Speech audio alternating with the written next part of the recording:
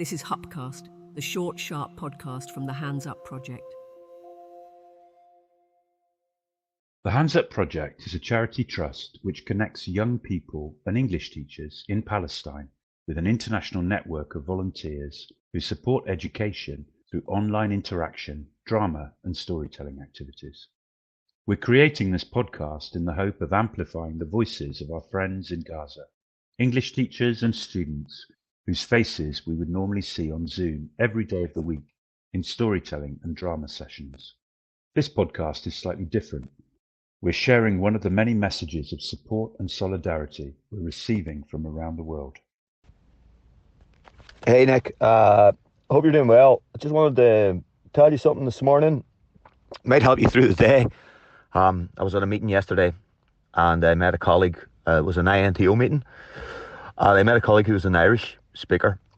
And after the meeting, he was going to leave, and I said, "Here, look at this." And I showed him the poem that Fatima had written, and I showed him the translation by Dara, who's another Irish-speaking teacher in Belfast, and the other Irish-speaking teacher who was involved in the Hands Up project when you were over at Queeving said, "Oh, I've seen this poem."